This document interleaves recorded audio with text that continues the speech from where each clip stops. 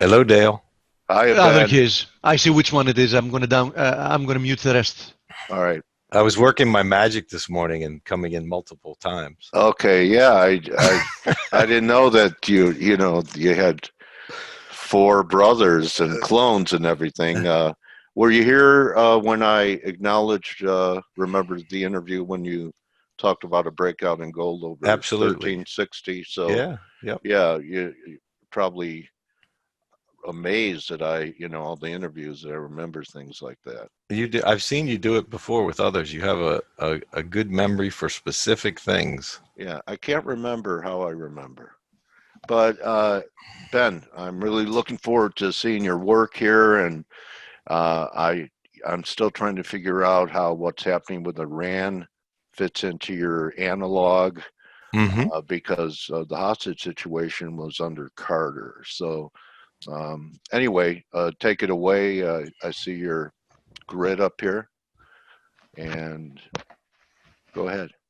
Yeah, it's I'm really excited to be back here with you, Dale. It's a new year and a new decade, Yeah. and we're going to take a little wild journey here for the next 30 minutes. But to start, we're going to go back in time and see how our old friend, the 1970s analog, is doing. Okay. The We talked about this almost a year ago. The cycles that I follow are connected with the same thing people experienced in the decade of the 70s. The connections are numerous, and they continue to grow as we move through time now. More and more similarities and connections to what happened in the 70s is happening now. Just to briefly go over. Well, right now I just recognize one, and it's something that the general trading public will be aware of. We've been talking about a megaphone recently over the last year or so, and I see that megaphone right there. Yep, there's your view of the 72 to 75 period. We had Okay. a strong run up, a megaphone, a kind of blow off top, and then we rolled over. The connections that I want people to understand so that they can go back, they can check their history, and they can see. We had a president who was Richard Nixon, who was battling with the Fed. Trump is publicly battling with the Fed now. We had a president who was battling with the press. Nixon called the press the enemy of the people. Trump has basically said the same exact thing. In the investment world at that time, we had the Nifty 50. There were the 50 growth stocks that every portfolio manager and everybody needed to have. Today, the version of that is FANG and the tech stocks. Even more amazingly, the president at the time, Nixon, was connected with China. He was the first president to visit mainland China. He opened up relations with China. Yes. And we have President Trump now connected with China in a very different way, more of a confrontational way. But there's, again, history doesn't repeat exactly, but it certainly rhymes. The most recent one to come up that was amazing was, and it's only happened 3 times in the history of our country, we had a president impeached. Nixon was impeached while in office. Trump was impeached by the House of Representatives last December. The other thing that's a little more under the radar, but I've been checking and sort of making these other connections, is the 70s was a time of great social unrest. And it was characterized by marginalized people fighting for their rights.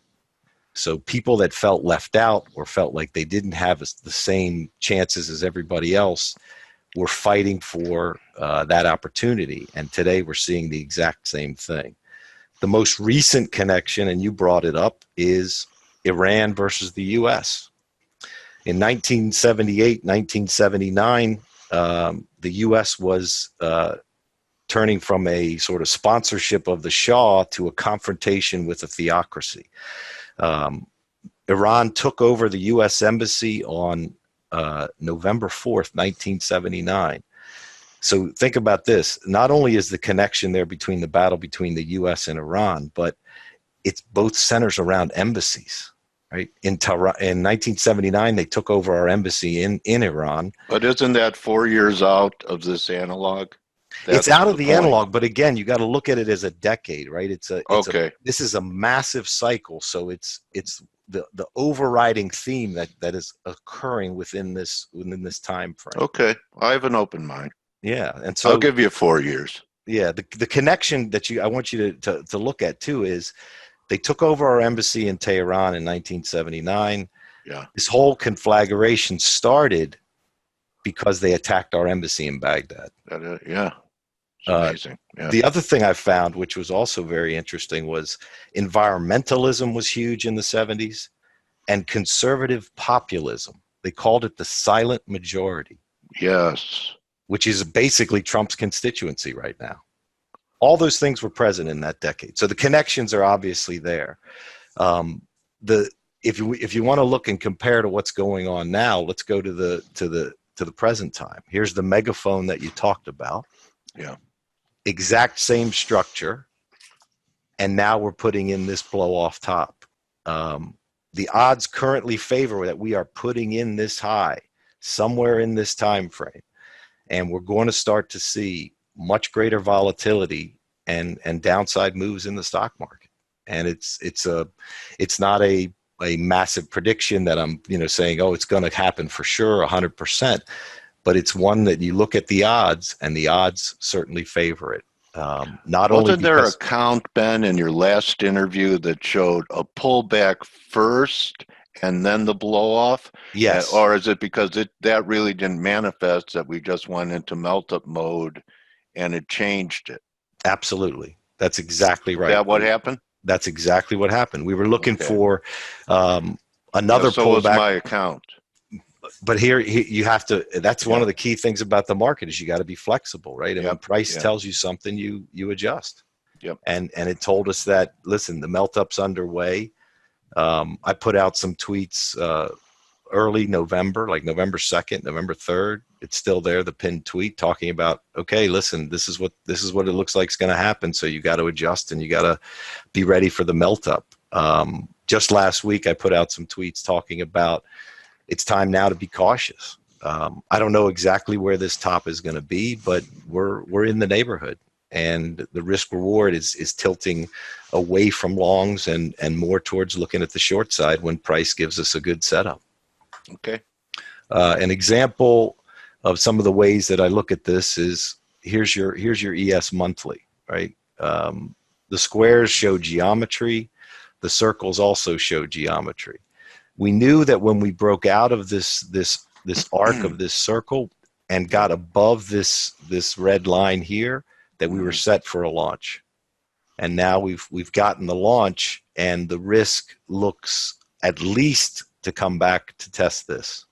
If we can test this successfully, then we can longer term move off and make higher highs. If we break below it, you got to look at some sort of waterfall decline. So big red line in the sand at S&P 3000. That's right, in that area on a monthly basis. Okay. Here's a look at the weekly. Shows that now we've sort of captured this ledge here, like around this 3270, 3265 area. Yeah. As long as we can stay above that, we can still move higher. If we get caught below that, that can be, the initiation. You can start looking at shorts. You can start looking at, weakness down to this 3020, 3030 area. Look how look how nicely this acted on the way out. We broke out, we came back and tested, and then that was really the key right there. Yeah, and that's last green arrow. Yep, and that's what this geometry gives you, is the ability to see these moves when they come back to this area and hold it. It's the launch pad.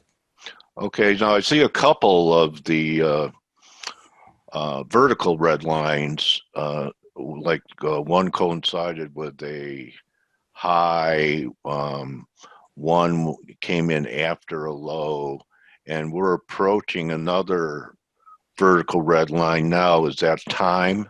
That's absolutely time. Okay. And I think what you're saying is absolutely right. Between now and the end of the month, is this time zone where at any time we could put in the high in the next 2 weeks. Okay. And that's why I got people, myself and anybody that listens to what I say, or relies on it And in the any way. horizontal lines are supply and demand, kind of. Yeah, like this is resistance. Support resistance. That's right. Okay, nice look. Yep. Yeah, and there's your meg. Yeah, okay. Now, Oh, there we go. Now, one of the things that I want to talk about is the theme for 2020. And Steve brought it up, and I am absolutely 100% on board with him, is that one of the characteristics of the decade of the 70s was massive inflation. And I believe we're on the verge of unleashing inflation like we haven't seen in decades. And it's not just looking at the analog and saying, oh, because this happened then, it's going to happen now. I do the exact opposite. I look at the charts, I look at price, and I say, what is price telling me? And then if price is sending me a message, I go back and then look at the cycles of the past and say, where does it fit? And inflation fits. And what you're going to see in the next 8 or 10 charts in different markets is a similar price structure, all poised to break out, signaling that we're coming back to an era of inflation. The other thing, Dale, and you'll appreciate this, who was the man who slayed inflation? He just passed away. Paul Volcker. And he just died. And it's interesting that I didn't even think of it in terms of that context. Yeah. Think of it. He dies and inflation comes back. Huh. That's a theme that I'm looking at. And it's interesting in the timing, and it's the cycles and everything. So I don't think it's a cause effect. I think it's just another sort of mile marker to look at. He was very worried about the state of the Fed and it's losing its independence before he passed away. Absolutely. And he's gone, and he's the guy who killed inflation. Inflation may make a comeback. I made a killing on when he killed inflation. Yeah. Those were kind of glory days in the late 70s. That was 880 gold was a peak when Volcker went to work.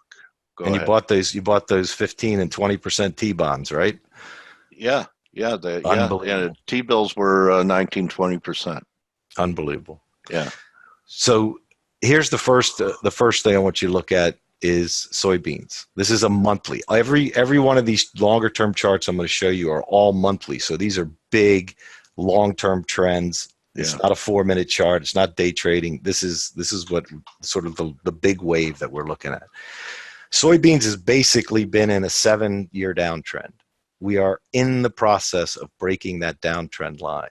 And notice this where the support came in again on one of these support resistance lines. And that last low was due to the trade war, right? Mm-hmm. And now we're coming out of here on the resolution, because that's one of the biggest things the Chinese are going to be doing is buying ag products. So the trade war looks like the final low at that support level. What was that, about $9, $8.50, something like that? And it was a false break low to boot on support. That looks good, man. Yeah, beans looks good. Here's another one. Beans in the teens. Wheat. Yeah. Notice the pattern? Similar pattern. Yeah. Here we've got an 11-year downtrend. Yeah. We're coming up out of. Like on the monthly, a series of higher highs and higher lows. Wheat looks like it's set for a breakout. Yeah, and you can't eat gold. Nope. Corn is a little less dramatic as the others, but it has a similar pattern with the saucer. Made a low, higher low, another higher low. Looks like the VIX. Mm-hmm. Corn and VIX correlation. Yeah. Here's one that's already broken out. We talked about that before. Yeah. And the breakout. I think gold goes much higher. It looks very bullish. At our last talk, I gave an initial target of 1614 in November. Yeah. Our high was 1613.30. But I think we go higher. 1686, 1759 are targets that are, I think, achievable. All right. Can I just be Phil Donahue for a minute? Sure. He was always Mr. Contrarian. So when you look at the high at 1900, and then you look at the low at 1050, and here we are just a little bit above 61.8 of that bear market. is it possible that this could end up being a failing rally in gold, and that we get something comparable to what we had, like an $800 decline from the 2011 high from here would take us under $1,000 gold? What and what could possibly cause something like that if you just put on your contrarian hat? I mean, it would be Nothing, right? some sort of massive deflation. Okay. Is the only thing I could think of. But is it possible? Absolutely. And I think one of the things I've learned being in this game and getting my teeth kicked in several times is you got to be open to all possibilities. Yeah. And let price guide you to what is the most probable outcome. Well, this conflicting possible view would make the grains, which have not come out of the hole yet, that doesn't have a lot of public participation in, my preferred longs over gold. What do you think? I think the grains are probably a better longer term play, but gold has momentum, right? Okay, it's more volatile with momentum. All right. So I think they're different ways to attack the same big trend. Okay. Here's another one, crude. Same type of pattern. You know, this same type of a bunch of lower highs, flat bottom lows, support here. I'm not saying crude's going to 100, but it's possible. Pretty ugly week last week when you acquiesced to that, Ben. I mean, you know, compared to other markets, even though gold came off, silver came off, they closed higher on the week. Even though S&Ps came off, they still closed sharply higher on the week, whereas crude really gave up the ghost. And I'm curious what that grid horizontally, that level that intersects with your green trend line, is. It's with crude, we got to get to above 69.90 to 70 to be bullish. Okay, that's where the horizontal line is up there, right in the trend line. Okay, yep, right in there. Okay. And I mean, the upside target I have is 95.50, and that the only thing I can think that would be associated with that is some sort of Middle East war. Yeah, you'd have to choke off the Strait of Hormuz. Yep, and then we could end up, you know, up in here somewhere. Okay. That's crude. So this pullback in crude could be a great buying opportunity. It could. I think it's worth watching, but I want that downtrend line broken, right? I want to see. So really, you don't get the signal till $69.70.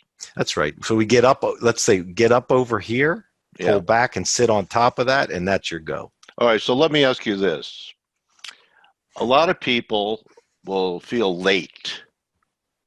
Okay, you know, I could have bought crude, you know, under 60 and mid 60s, and here it is, 69.70. God, I think I'll just wait for a pullback. I can't reach. How do you overcome that?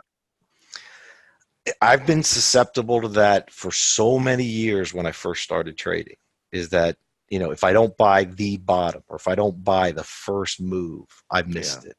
And the way to get over that is to look at the market in a way of where you can figure out where are these levels where I know if I hold this level, I'm going higher. I have a high probability for a successful trade. And that's what it's all about. It's about thinking not in these certainties, but thinking in, if I do this trade every time for the next 100 trades, I'm going to win enough of them to where I'm going to be profitable. I don't know if this one's going to work, but I know over a series of them, they're going to work and I'm going to make money. But you got to have that. You got to have a confidence in doing your homework, doing the analysis, and then you see the breakout like here. Let's say if we saw this breakout and pull back to this level, I know I want to be a buyer here. Do I know that trade's going to work? No. But I know that over a series of trades, if I buy on support, I'm going to make money. Okay. It's all in our heads. It is totally in your head. And a lot of it is because we're looking back instead of saying what's in front of my face right now. It's that, Dale, and it's also this desire to be right? I want to be right. I want to feel good. I want to have my ego assuaged because I'm right, instead of I have a setup. The edge is there. Probabilities favor it's going to work. So I'm taking the trade. And if I'm wrong, I know where I'm wrong and I'm going to get out. And I'm willing to risk that amount and I'm willing to take the shot because I know if I do that 100 times, I'm going to win enough that I'm going to make money. Okay. And that's the way we have to train ourselves to think. Yeah, it's a new paradigm. Yep. For most. It was for me. Here's copper, old Dr. Copper. Yeah. Similar pattern, right? And this Nice. is what, in looking at all these charts, these are all monthlies, right? This isn't like me curve fitting by picking a 60 here, a 4 minute there, or a daily here. This is all monthlies. There's another big downtrend with a down sloping trend line. Higher lows coming up out of the hole. And if, for the Elliott wave guys, I'm not an Elliott wave guy. I just look at structure, but this is all these monthlies are showing a potential 1, 2, and are we moving up into a launch 3? Worst case, are we just going to do an ABC up? That'd be a nice move too. Yeah. Do you find any conflict in the fact that you're looking for inflation and higher energy prices, higher copper prices, which are economically sensitive commodities, and a bear market in stocks while that's happening? Could this be part of the blow off? Would be an inflation rise in the markets with these things happening? It's certainly possible. The other thing is, what else happened in the 70s economically? Stagflation. Okay. Right? Where we have slow economic. That's a bearish argument for equities. Yeah. And then with all these things happening, I'd be curious to see what you're looking at, because I would think this would lead to higher yields, all of these charts that you've presented. We're going to get to that. Let me show you a couple softs. Here's sugar. Yeah. Oh, yeah. Look at the structure on sugar. Yeah. Same pattern. Coffee. Yeah. Yeah. Similar pattern. Yeah. And here's what you just had questions on. Yeah. Here's your 10-year treasury. Yeah. Flip all those other charts over, and this is what it looks like. Yeah. You had a high, lower high, lower high, lower low, lower low, rolling over. Okay. So the 10 years rolling over, which again would lead to higher interest rates. I think we get to the, I don't know if you call them pitchforks, your purple dotted lines that you have there. Are they just speed lines? Now these are geometric extensions of this triangle here. Okay. You can see if we have this little triangle here, and we extend the lines out off of these different points, and then you just repeat them over here. I'm curious where the red line, horizontal line, and the upper purple dash line meet in confluence, what level that would be. Up here we have, it's about 134.09 is our resistance. Okay. And these, you could say anywhere down here are the targets, right? Okay. Any of these lines that we could pick up down here. Okay. And that's sort of the big picture theme for inflation. The other thing I wanted to talk about, and we don't have a lot of time, but I'll go through it quickly. And you and I have touched on it a little bit today, is talking about trader psychology and how you think about the markets, because it's, in my opinion, for me, my experience has been, this was the turning point in my career as a trader. It was changing the way I thought about what I was doing and how I approached the market. And it starts with, and this is from Mark Douglas's book, Trading in the Zone. There's 5 fundamental truths in the market and trading. And the overwhelming thing we have to understand is every moment in the market is unique, meaning no two trades, no two moments, no two instances are the same, because there's different traders interacting in the market at that moment. So if every moment in the market is unique, how can you survive? How can you know what's going to happen next? Well, one of the important things to think about is you don't need to know what's going to happen next to make money, because we can't know what's going to happen next. Right. We can only know that there's a probability of something going to happen next. And if the probabilities are in your favor, you have an edge.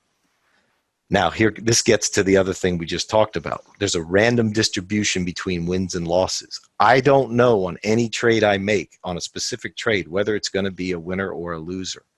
I only know that if I enter with a discipline and if I enter with a system that I put together, that I have an edge. And if I have an edge, I don't know if I'm going to win on that one specific trade, but I know over a series of trades, I'm going to win enough to make money. The thing you talked about and the thing we all need to know as traders, anything can happen.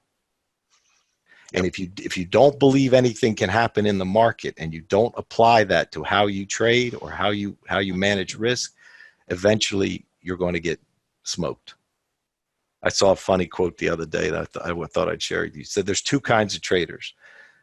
There are traders who have blown up an account, and there are traders who are going to blow up an account. Yeah. And you have to think that way, that anything can happen in the market. Therefore, you have to manage your risk. The only way you can survive in the markets, given that there's these 5 fundamental truths about it, is you must have an edge. And an edge is nothing more than an increased probability of something happening over something else happening. Now, a lot of people talk about edges, but how do you define an edge? What is an edge and how do you get an edge? We've sort of categorized edges into a trinity. There's an edge in risk management, there's an edge in trade management, and there's an edge in psychological discipline. Risk management, I'll focus on that. I'll give you an example of it. So let's talk about trade management. Trade management is how you enter, how you exit, how you take profits, how you move your stop, how you manage risk. You got to have a system to do that gives you an edge. Psychological discipline is having the ability to trade with defined rules and to not have these dealing with uncertainty, dealing with risk, dealing with probability, dealing with fear, dealing with greed, dealing with trauma. You can't have those things negatively affect you or your trading will suffer. If you can develop a probabilistic mindset, you can handle this boatload of emotional and psychological issues that the market hits us with every day. Because at the end of the day, you still want to be able to leave your office and go pet the dog and not kick the dog. What about things outside of trading? Do you recommend when people are going through, some type of health issue or some type of crisis in their life that it's not a good time for them to be trading? You can't do it, Dale, because if you can't, if you're then not, I never would have traded because I've always been in. Well, you better have really good risk management tools. Okay. Well, I didn't always. And so I'm both of what you said. Someone who already blew up account and someone who may, although I doubt it.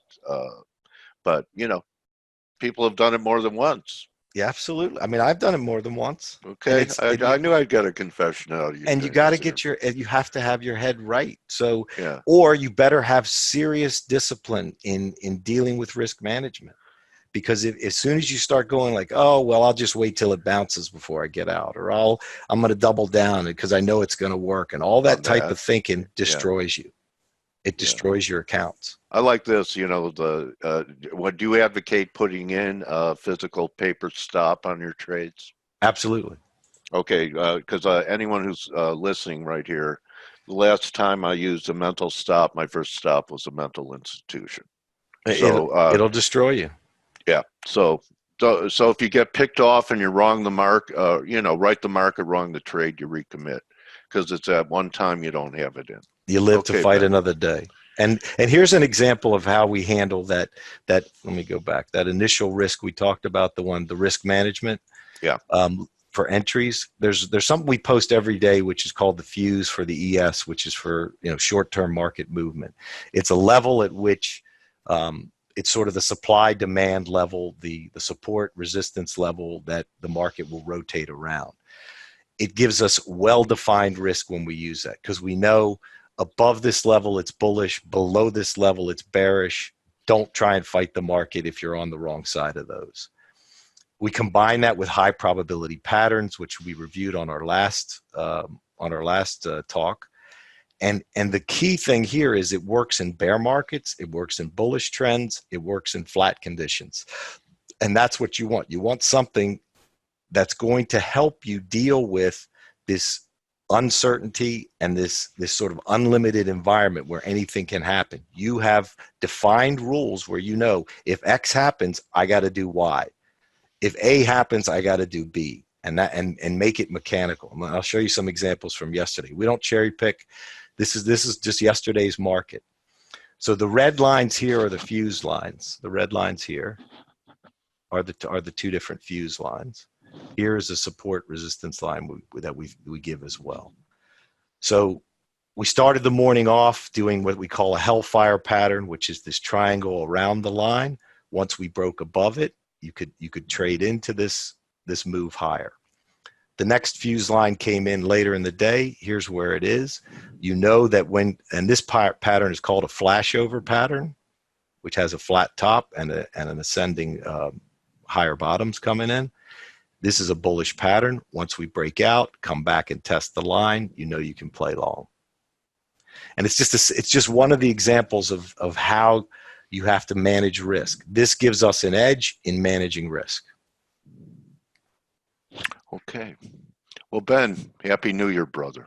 Happy New Year to you, Dale. You know, I hope that for you and the people you work with, that it's a gusher for you guys, okay, along with crude breaking out over 69 bucks. Some great looks and much respect, my trading warrior brother. Thank you, Dale. Always appreciate spending time with you. Okay, everyone, so that's a wrap. Turnaround Tuesday, good hunting, and we'll catch you tomorrow. Remember, don't just count your pips, count your blessings, and we'll see everyone tomorrow. And I'm just going to end the meeting here. See you, Prabhash and Monica. Okay. And adios.